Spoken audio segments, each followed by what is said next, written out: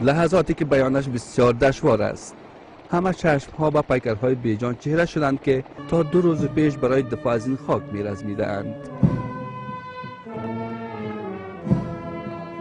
با این همه گفته می شود که در تازه ترین مورد جسد یکی از فرماندهان پیشین طالبان توسط چرخبال امین ارتش به یکی از ولایت ها انتقال داده شده و به خاک سپرده شده است. از سوی هم به باور برخی ها برادر خواندن طالبان از سوی رئیس جمهور کرزی و رهایی زندانیان طالبان از زندانهای کشور همه سبب تقویت مخالفان مسلح دولت و تضعیف نظامیان در کشور پنداشته می شوند.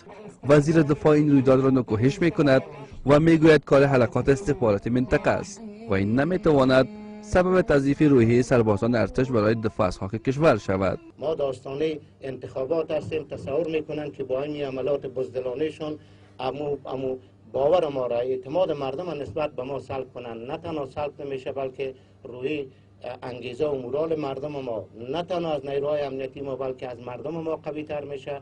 بامداد روز گذشته در منطقه غازی آباد ولایت کنر در یک هجوم هراس افغانان کشته شدند. در این تابوت‌ها به ولایت‌های بغلان، بدخشان، تخار، پروان، بامیان و سمنگان فرستاده می‌شوند.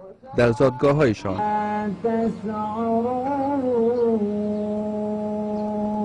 خانواده‌هایشان بیشتر از هر کس دیگر نبود این فرزندان را حس می‌کنند. افتخار می‌کنند از اینکه در راه دفاع از خاک جان داده‌اند. اما انتقاد دارند از سیاست‌های دولت برای پاسداری از این قربانی‌ها. به خاطر خاک از وطن، دفاع از وطن، ننگ و ناموس خود جانشین خود را که دست داده، ما هم باید که اینطور از وطن خود، از خاک خود دفاع کنیم. ما تقاضا داریم که می دولت دیگه توکل در خدا ما را به جایداد بسیار باوقار و با حیثیت برساند.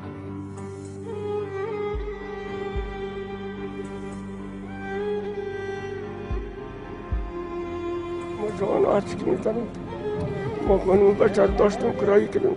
غلام حسین نام دارد. آوازه مرگ فرزندش به اینجا آوردش. یگانه فرزندی که از بامیان به کنر رفته بود تا از این خاک دفاع کند. آره، رسم زندگی در افغانستان همین است. پدران پیر باید در سوگ فرزندان جوان. تنها اشک و بس.